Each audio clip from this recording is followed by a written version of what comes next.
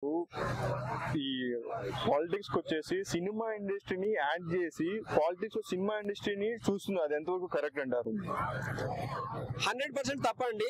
రేవంత్ రెడ్డి గారిది ఒక cinema industry కాదు, అతను తీసుకునే ప్రతి నిర్ణయం కూడా తప్పే.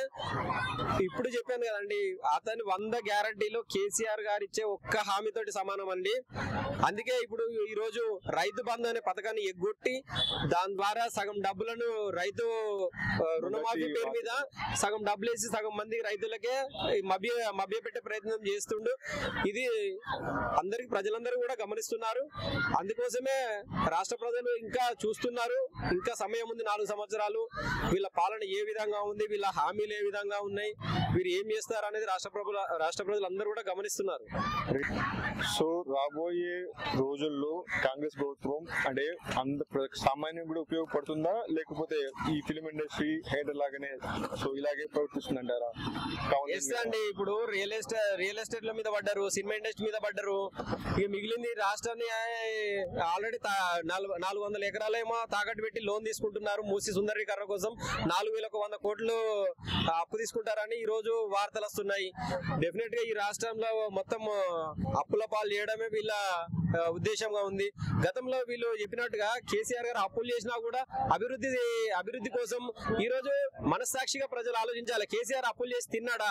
రైతు బంధు మీ అకౌంట్ లో వేసాడా? మీ బిడ్డల పెళ్లిళ్ళకి పైసలు ఇచ్చిండా లేదా? మీరు కూర్చుంటున్న సెక్రటరీ గాని ఇప్పుడు ప్రజలందరూ గమనించాలండి. మీరు ఇంత స్వేచ్ఛగా బ్రతుకుతున్నారంటే ఉన్న కలెక్టరేట్లు గానీ, పోలీస్ స్టేషన్లు గానీ, మీ అందుబాటులో గ్రామ పంచాయతీలు గానీ ప్రతిదీ మీకు అందుబాటులోకి తెచ్చి దానికోసం ఖర్చు చేసిండే తప్ప అతను డబ్బులను కట్టుకొని విదేశాలకు వెళ్ళిపోలేదు. కేటీఆర్ గారిని రాబోయే రోజుల్లో అరెస్ట్ చేస్తారనేసి ఒక న్యూస్ అనేది మామూలుగా స్ప్రెడ్ అవుతుంది. సో దానికి మీరేమంటారు? ఒకటండి, నిజం నిప్పు లాంటిది. ఈ రోజు కాకుండా రేపైనా తెలుస్తుంది కేసీఆర్ గారి నిజాయితీ. మొన్ననే కవిత గారి నిజాయితీ తెలిసింది. కేంద్ర రాష్ట్ర ప్రభుత్వాలు నోరు మూసుకొని ఉన్నాయి.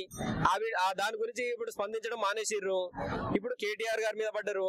ఇప్పుడు కేటీఆర్ కాదు, కేసీఆర్ కాదు, హరీష్ రావు మీద ఎవరి మీద పడ్డా మీ 6 గ్యారంటీలు మాత్రం అమలు చేయకుంటే ప్రజలు ఈ రోజు ఊరుకోరండి. సో కామన్ మ్యాన్ గా మీరు ఓట్లు అనేది ప్రజలు నమ్మి వేశారని మన కాంగ్రెస్ ప్రభుత్వానికి. సో ఇలా చేస్తే మళ్ళీ ఓట్లు వేస్తారంటారా గవర్నమెంట్ కి? ఈ రోజు ఓట్ల మాట దేవుడేరండి. ఇంకొక 1 year 2 years అయిందంటే గ్రామాలలో తిరిగే పరిస్థితి వీళ్ళకి లేదండి. తప్పకుండా ప్రజలు తెలంగాణ ఉద్యమంలో ఎలా అయితే కొట్టిరో చెప్పులతో సహా కొడతారు. వీళ్ళకు చెప్పుల దండలు వేయడం ఖాయమండి.